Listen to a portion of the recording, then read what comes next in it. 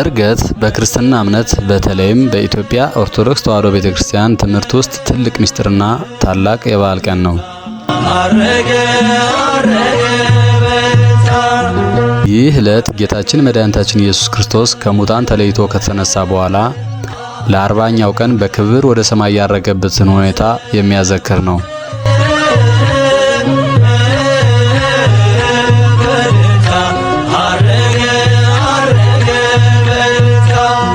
ስለ ዕርገት ምስጢር ታሪካዊ ሁኔታና መንፈሳዊ ትርጉም በጥልቀት ቀጥሎ በተዘረዘሩት ዋና ዋና ነጥቦች ላይ እንመለከታለን።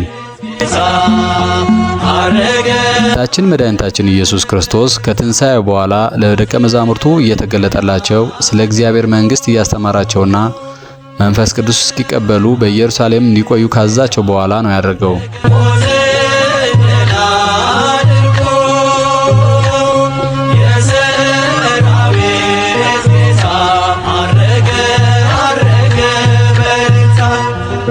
ዕርገቱ የተከናወነው በደብረ ዘይት ወይም የወይራ ተራራ ስር ነው።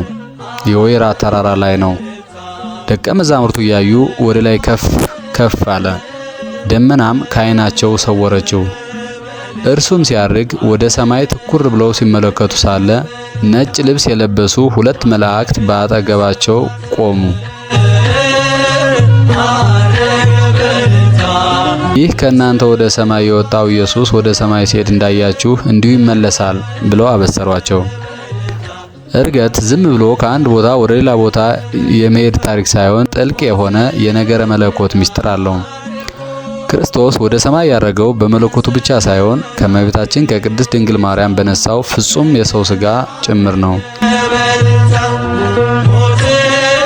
ይህ ማለት በኃጢአት ምክንያት ወድቆ ተዋርዶና ታስሮ የነበረው የሰው ልጅ ተፈጥሮ ወይም ሥጋ በክርስቶስ በኩል ከእግዚአብሔር አብ ጋር ታረቀ፣ በሰማያዊ ዙፋን ቀኝም ተቀመጠ።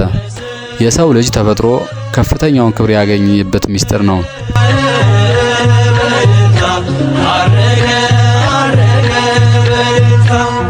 ጌታችን ከመሰቀሉ በፊት ለደቀ መዛሙርቱ ሲናገር እኔ ባልሄድ አጽናኙ መንፈስ ቅዱስ ወደ እናንተ አይምጣና እኔ መሄዴ ይሻላችኋልን ብሎ ጠየቀ።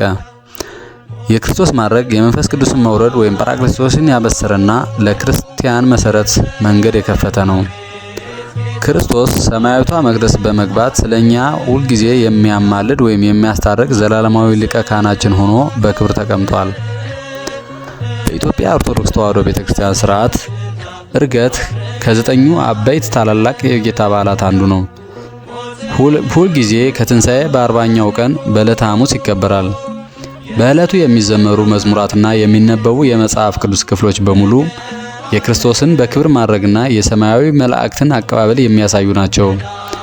በተለይም የዳዊት መዝሙር ላይ የሚገኘው እግዚአብሔር በእልልታ እግዚአብሔር በመለከት ድምፅ አረገ የሚለው ቃል በስፋት ይዘመርበታል።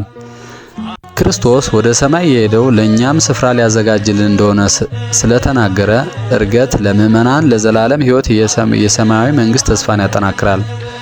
ሐዋርያው ቅዱስ ጳውሎስ ክርስቶስ በእግዚአብሔር ቀኝ ተቀምጦ ባለበት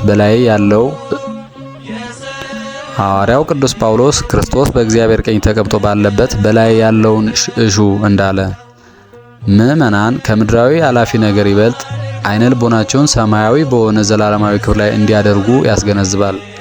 በአጭሩ ዕርገት የጌታችን የኢየሱስ ክርስቶስ የምድር ላይ የማዳን ሥራ ወይም